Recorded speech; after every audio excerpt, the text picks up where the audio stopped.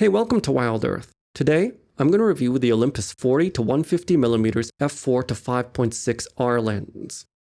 I'm going to answer the question, is this lens suitable for wildlife photography? So I'm here in the field with the Olympus 40 to 150mm f4 to 5.6 lens, and it's mounted on the Panasonic G9, and you'll see that it's quite a small lens. So although you'll see later that it has some optical compromises, this lens makes it a very nice lens to just walk around. It's very compact and very unassuming. So I really like this lens for just casual usage. It's not too bad, and even though it's very cheap, it has quite a lot of redeeming qualities. It's a basic kit-type lens made of plastic, but since it's so light, it's unlikely to break, and I've used it for 3 years without a problem, though it has accumulated a bit of dust. The 40 to 150mm focal length provides a field of view of 80mm to 300mm on a full-frame camera. Let's get into the optical characteristics of this lens.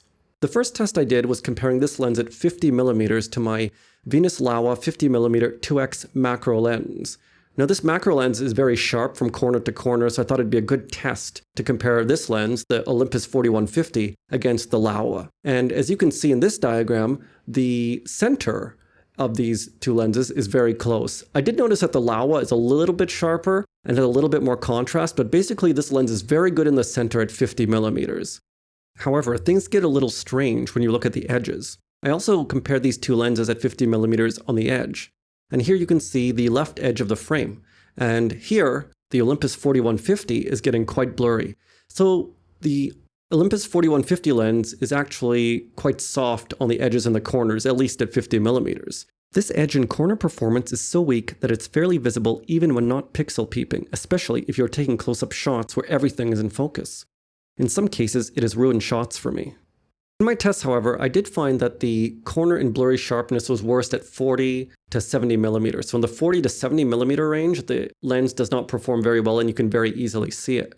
But actually this lens improves a lot past 70mm. So between the 70 and 150mm range, you're going to get much better performance. Here's a shot of the Olympus at 108mm on the edge, and now the performance is not so bad.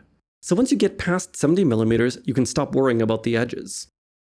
My conclusion is that this lens is decently sharp, but not excellently sharp. I give it about a 7 out of 10 on my personal sharpness rating scale. You can see some detail resolved with this lens, and if you're very up close to your subject, you will get a fair amount of detail, such as with mammal fur.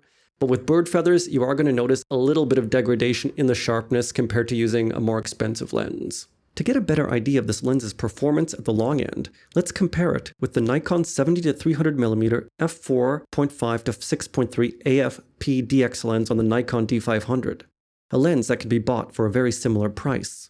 What can we say here? Well, the results are pretty close. Even if I zoom in past 100%, they look very similar. There doesn't seem to be much extra detail when using the Nikon 70 to 300mm lens on the D500, even though the 70 to 300 at 300mm technically gives more pixels on your target. Let's also point out here that the 70 to 300 has a hideous amount of chromatic aberrations compared to the Olympus 40 to 150, which didn't go away even when I stopped down. That's quite impressive for the Olympus. I was pretty happy with this performance. This shows that if you want significantly better performance, you're going to have to spend a lot more and use a lot heavier lens. Of course, even if this lens is a pretty good performer, you have to keep in mind that it is only 150mm at the long end. So it's not going to be very good for birds, even in city parks, unless of course your bird is an emu. For example, here's a real-world shot of a parrot taken at fairly close distance of about 4 meters. This would be a perfect distance for my 500mm prime lens. You can see that there's still some decent feather detail here, but it's degraded a little, and the image quality is not up to a more expensive lens, but it's pretty good for the price. So my conclusion is that it's not really a good birding lens. It's actually more suited for things like portraits, landscapes, maybe flowers.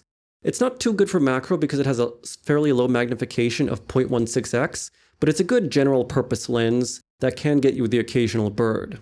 What about bokeh? Well, this lens has 7 aperture blades. Surprisingly, they are rounded, so the bokeh is not that bad. It has a bit of cat's eye bokeh that diminishes once you stop down. You can see a little onion ring effect in some cases as well. Conclusion. The Olympus 40 to 150mm f4 to 5.6R lens is a pretty decent lens. It's frequently on sale for $100, so it's very worth it at that price, and it's a good lens if you need this focal length just casually. On the other hand, there are other options if you use this focal length a lot. For example, there is the Olympus 40-150 f4 lens and the 40-150 Pro f2.8 lens. Both those lenses would be a much better choice if you really like this focal length and you want to shoot that focal length often.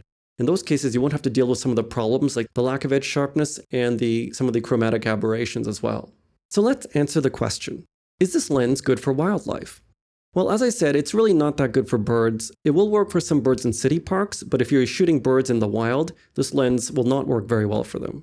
It's okay for larger mammals, and if you're taking pictures of things very up close and you don't have to crop a lot, it's not so bad. That being said, if you're really getting into wildlife photography, then there are much better lenses out there.